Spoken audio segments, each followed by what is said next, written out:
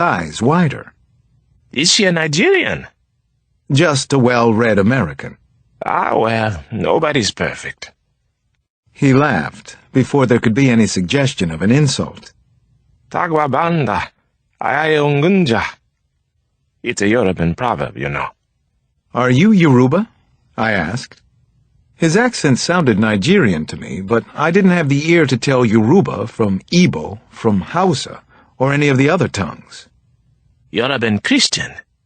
He winked. Christian Yoruban, if you ask the bishop. But don't tell on me. Do I have your word on it? I won't tell anyone. Your secret is safe. He extended a hand as if to shake, and then sandwiched mine between both of his when I reached out toward him. The priest's hands were tiny, yet they communicated friendship, and maybe something else.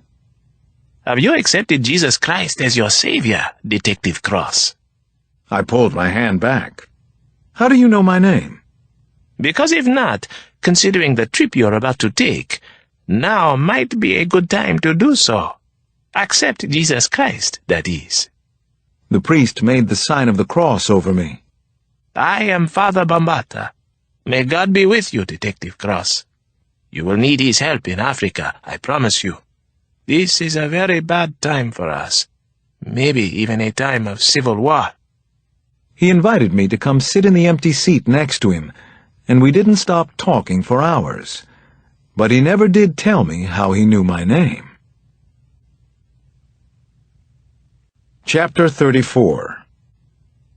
18 hours, which seemed more like a couple of days, after I left Washington, the flight from Frankfurt finally landed at Murtala Mohammed Airport in Lagos, Nigeria.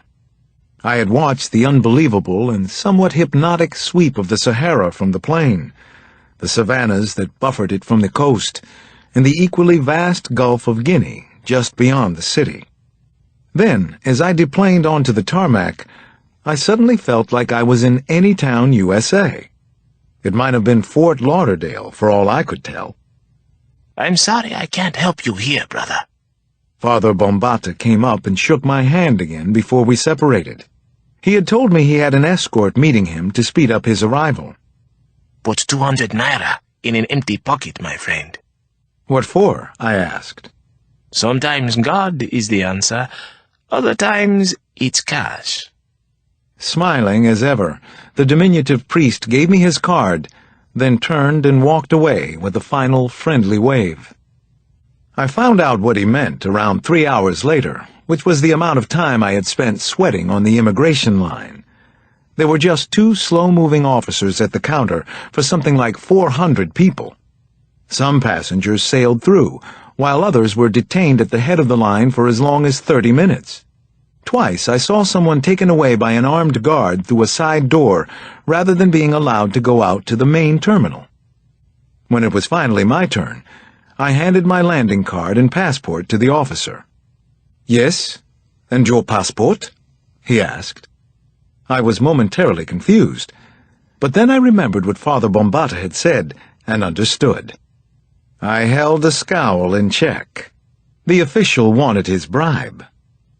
I slid 200 naira across the counter. He took it, stamped me through, and called out for the next person without ever looking at me again. Chapter 35. The low hubbub and frustration of clearing immigration was nothing compared with the instantaneous onslaught of noise and hurrying people that met me when I passed through the hand and fingerprint-smudged glass doors and into the main terminal of Murtala Muhammad. There's where I got my first real indication that I was in a metropolitan area of 13 million people. I think at least half of them were there at the airport that day. So this is Africa, I thought. And somewhere out there is my killer, or rather killers. No fewer than 5 Nigerian officials stopped me on my way to the luggage carousels. Each of them asked for verification of my identity. They all basically said the same thing.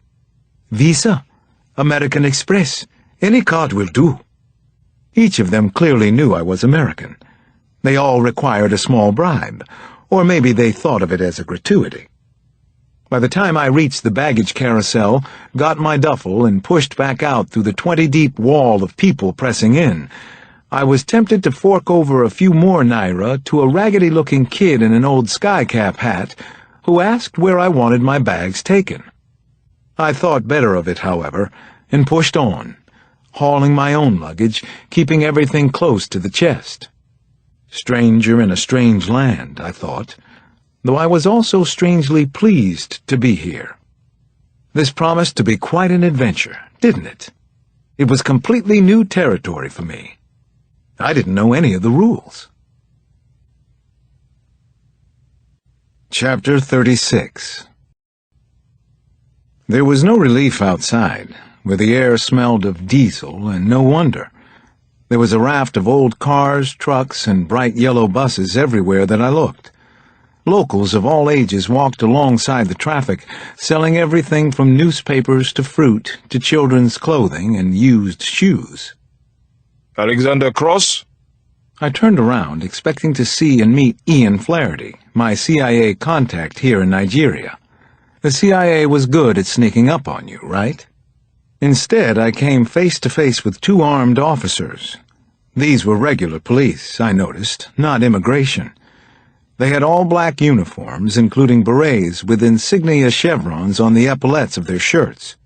Both of them carried semi-automatics. "I'm Alex Cross, yes," I told them. What happened next defied all logic.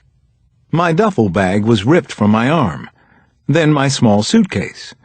One of the officers spun me around, and I felt cuffs on my wrists, then a hard pinch as they snapped down too tightly. "What's going on?" I struggled to turn to look at the policeman. "What is this? Tell me, what's happening?" The officer with my luggage raised a hand in the air as if he were hailing a cab. A white four-door Toyota truck immediately pulled up to the curb. The cops yanked open a rear door, ducked my head, and pushed me in, throwing my travel bag after me. One officer stayed on the sidewalk, while the other jumped in next to the driver, and we took off. I suddenly realized I was being kidnapped. Chapter 37. This was surreal. It was insane. "Where are you taking me? What is this about?" "I'm an American police officer," I protested from the back of the truck. No one seemed to be listening to a word I said. I leaned forward in my seat and got a baton hard in the chest, then twice across the face. I felt, and heard, my nose break. Blood immediately gushed down my face onto my shirt. I couldn't believe this was happening. Not any of it. The cop in the front passenger seat looked back at me, wild-eyed and ready to swing the baton again. You like to keep quiet, white man? Fucking American, fucking terrorist, fucking policeman?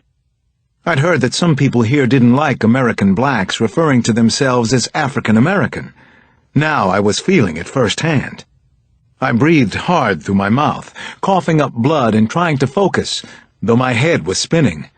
Humidity and diesel fumes washed over me as the truck weaved through airport traffic, the driver repeatedly sitting on the horn.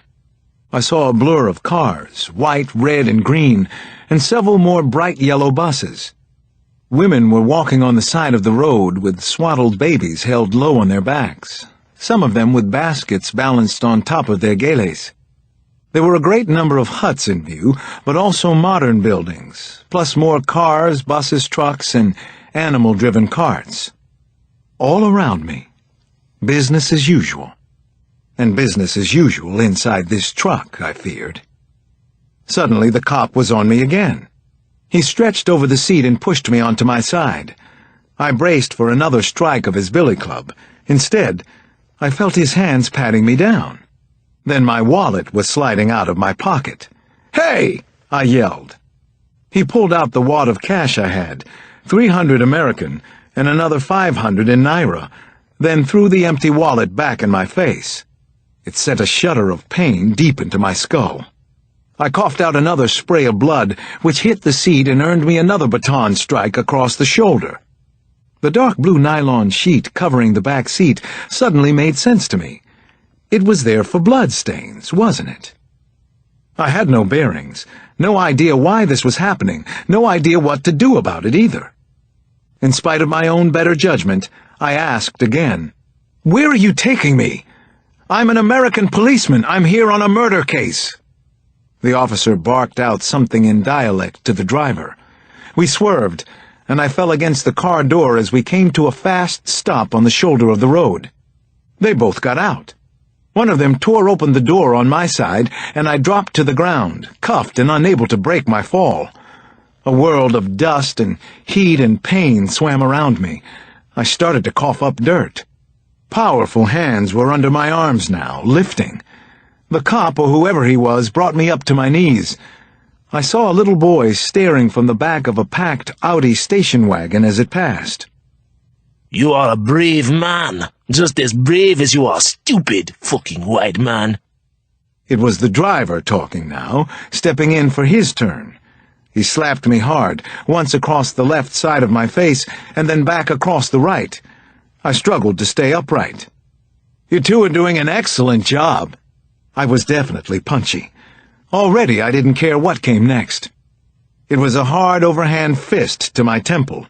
I heard a strange crunching sound inside my head, then another. I don't know how many closed fist blows came after that. I think I passed out at 4. Chapter 38. Unreal. Unprecedented. Unbelievable.